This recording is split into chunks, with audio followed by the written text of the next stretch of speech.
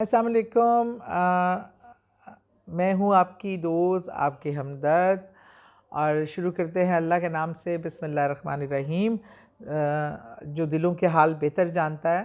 अच्छा, मुझे अभी मैंने कमेंट्स देखे तो उसमें कमेंट था कि ऐसा कुछ बताइए कि हम रात सोएं और सुबह हमारी दुआ कबूल हो जाए, हम दुआ मांग के सोएं।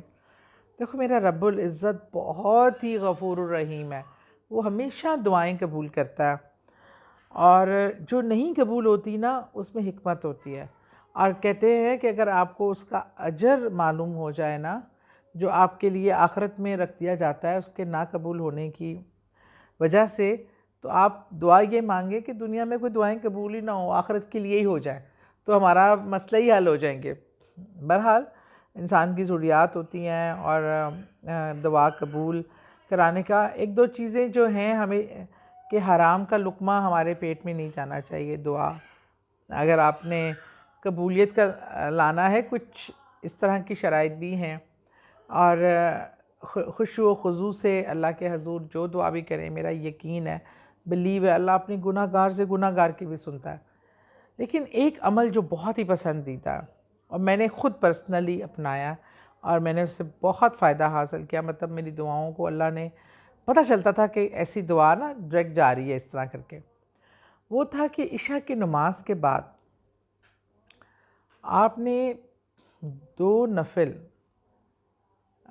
रसूल करीम सल्लल्लाहु अलैहि वसल्लम के वालिदैन और उनकी प्यारी बेटी फ़ातिमा ज़हरा रज़ी अल्लाह अन्हा के साले सवाब के लिए, हालांकि उनको, वो तो इतनी बड़ी हस्तियां हैं, हम तो उनके कदमों की खाक भी नहीं, हमारी हम क्या, हमारी औकात क्या।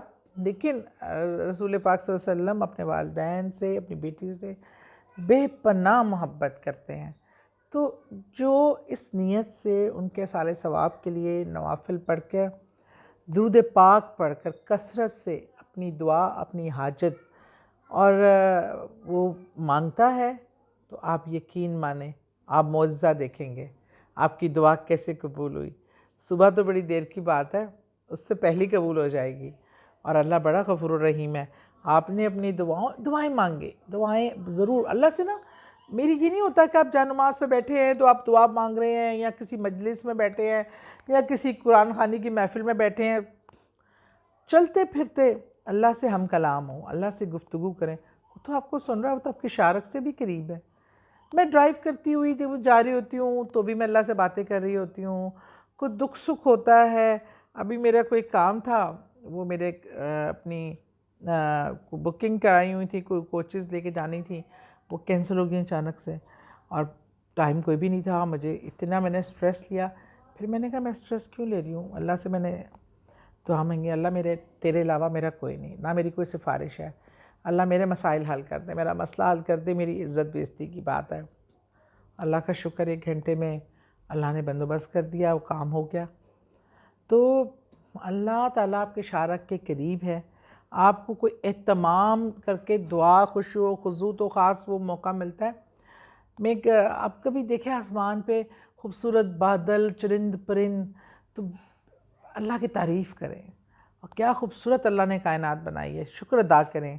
और शुक्र के साथ साथ जब आप दुआएं मांगेंगे, छोटी सी चीज़ भी लेनी है, अगर आपने तस्मा लेने भी जाना है, आप जो इख्तियार है आपके पास, आप जाके आराम से ले सकते हैं, लेकिन पहले उसको अल्लाह से तलब करें, अल्लाह मेरी ये ज़रूरत है, तू पूरी फरमा। बेशक हमारा अल्लाह ही हमारी ज़रूरतें पूरी फरमाता है, अगर वो हमें कोई वसाइल देता है तो वो भी उसी की देन होती है। तो इसलिए दुआओं की कबूलियत जो है वो आपके अपने हाथ में है। खुशू खुजू, प्यार मोहब्बत और दुरूद पाक, इतना ज़बरदस्त हथियार है आपके पास, इसके बाद तो गुंजाइश ही कोई नहीं रहती। लेकिन ये 2 रकत नफिल जो हैं इशा के बाद, खुशू खुजू से रसूल करीम सल्लल्लाहु अलैहि वसल्लम के वालिदैन के लिए, हज़रत फ़ातिमा ज़हरा रज़ी अन्हा जन्नत की सरदार के वास्ते, जब आप तोहफ़ा भेजेंगे तो मेरा प्यारा रब कैसे आपकी जो है वो दुआ को रिजेक्ट कर सकता है। वैसे ये कीजिएगा, और फिर मुझे अपने कमेंट्स में बताइएगा ज़रूर कि आप लोगों को कैसा महसूस हुआ। आपको ख़ुद भी बहुत अच्छा महसूस होगा, दिल में सुकून उतरेगा। अल्लाह ताला हम सबको सीधा रास्ता दिखाए, हमारे दिलों में हकीकी सुकून उतारे। खुश रहें, आबाद रहें।